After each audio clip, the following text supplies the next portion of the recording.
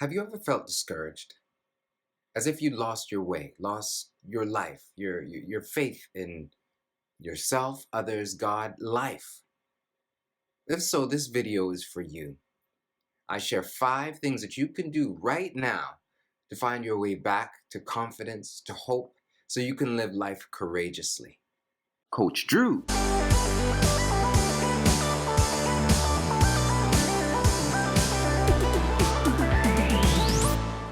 Hey everybody, Dr. Andrew Blackwood, also known as Coach Drew here. I am coming to you from a different place and a different space today. I mean, in every way, shape, and form. As you can see, there's nothing going on behind me. It's all stripped down, and that's what you're gonna get today. Raw, simple, plain, old, wonderful me. And my hope in sharing with you transparently today is so that you know that it's wonderful to just be, As if you've watched any of my videos before, you might have seen a particular one about me and talking about my experience with gluten and how that impacts my mental health. It just totally blew my mind.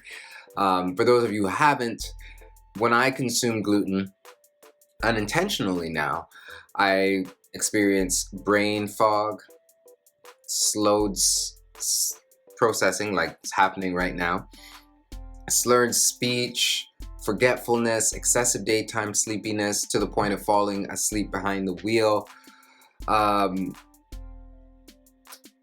mood irritability, and it's very difficult to manage myself and my life. And I was going through that for about 1.5 years, and I had no idea. And during that time, I felt lost, and there was so much going on. I was really struggling to manage it. And most of the people in my life, they had no idea. Because for a lot of us, you can't really see what's going on from the outside. People in your life might look fine, but that doesn't mean that they are fine or feel fine on the inside. So that was my experience, and it was a really rough time.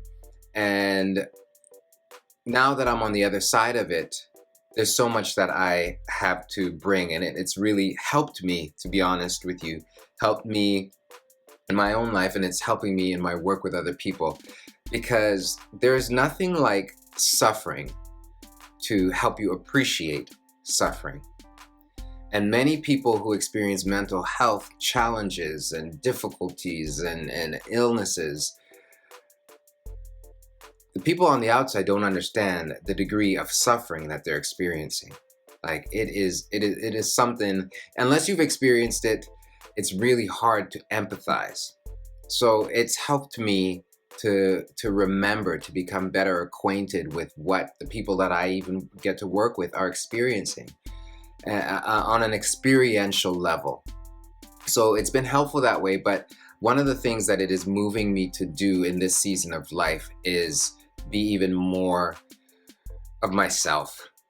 I pride myself on valuing authenticity, but being in a role as a therapist and coach, sometimes it's not helpful to just let it all be there, right? Your stuff is gonna get in the way of other people.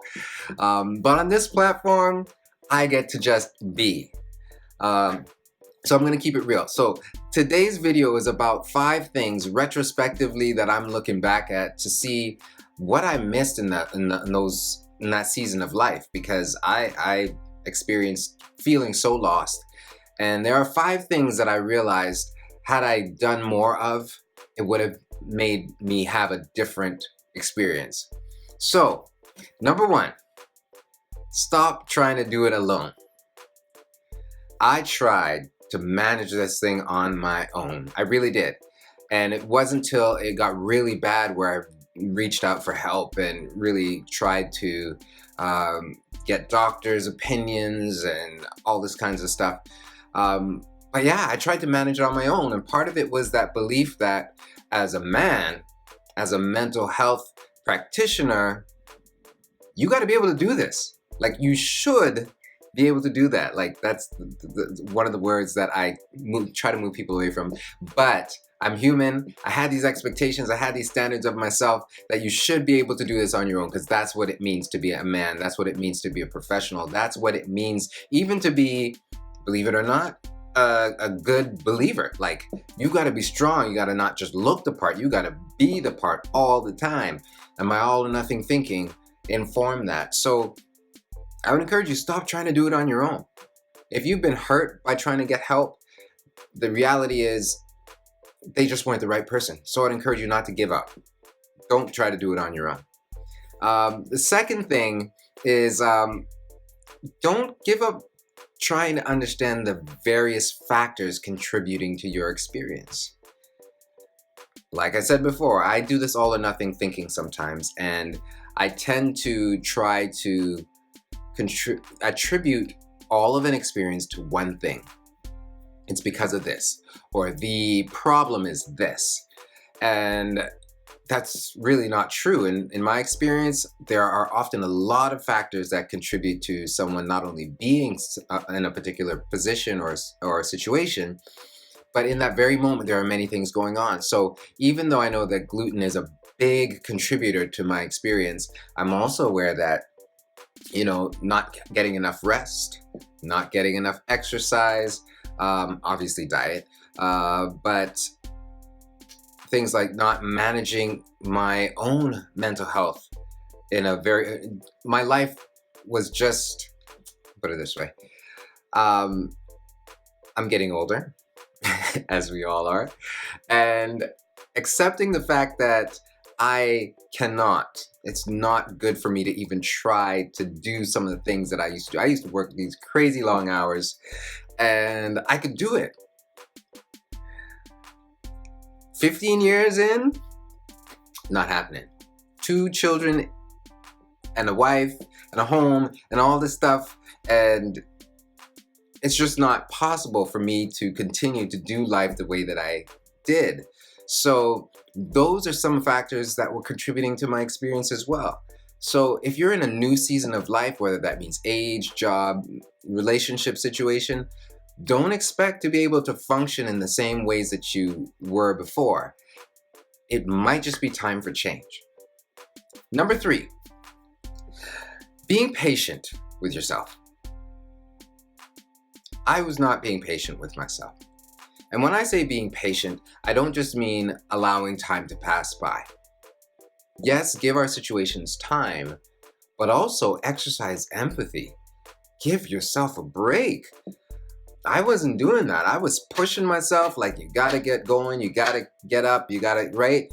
And when we're feeling depressed, if you've ever been there is an element of that it is important to have a plan and to follow through. And sometimes it's good to push yourself through. But sometimes we're in those places because we don't have enough rest.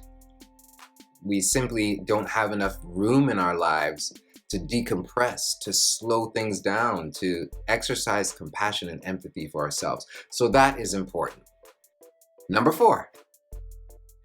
Now, I know that everybody who watches this video might not be a believer and might not have the same faith system as I do, so it may apply in a different way.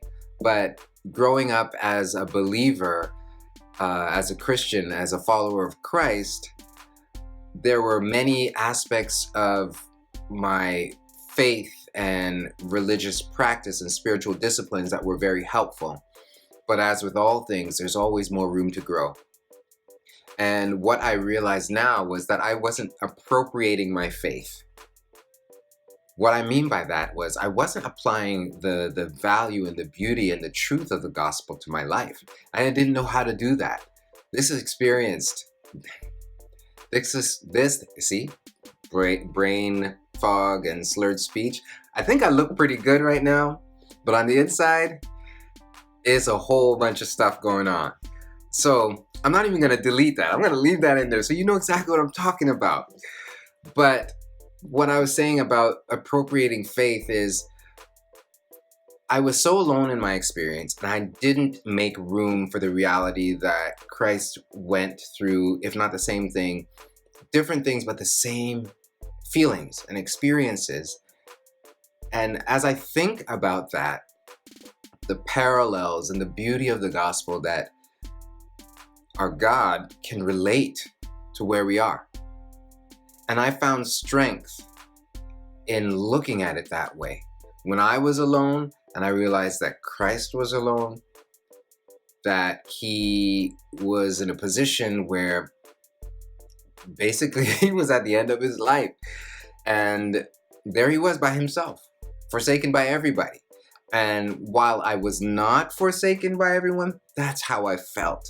That's how I felt. So when I think about the fact that the story of the gospel doesn't end there, like he was betrayed and abandoned and left all alone, but he came through that. He moved through that, died, resurrected, and came back better than he was before. There was purpose, there was beauty, there was power in that. And now that I think about my situation, I see the same thing. Where I thought it was the end, I was so concerned, I was so worried, I felt so alone. Now I'm on the other side of that, and I'm better than I was before. And it just helps to know that there is hope, even in a moment where I think that there is none. There is. So learning how to appropriate the gospel has been helpful to me, and I do that more intentionally these days, and it helps. So applying your faith, appropriating your faith to your situation makes a difference. Then finally, remember your purpose. And this is connected to faith as well. Remembering your purpose. We were in the process of getting ready to move. So I had taken down my core values off of my wall. I had taken down, I didn't have my mission statement in front of me. I lost sight of my purpose, literally. I couldn't see it. All I could see were the myriad of thoughts and the challenges and the struggle that was plaguing me in the moment. And if you don't have a clear sense of your purpose, you're gonna struggle. If you don't have the end in sight, it's hard to have faith. It's hard to move towards it. If you're feeling stuck, it's a good opportunity to come back to why you're here, what your purpose is. And again, from my perspective, I can't do anything wonderful and despite how wonderful I am, I can't do anything miraculous without God's help. So reminding myself that my purpose is so much bigger than me and I have divine help.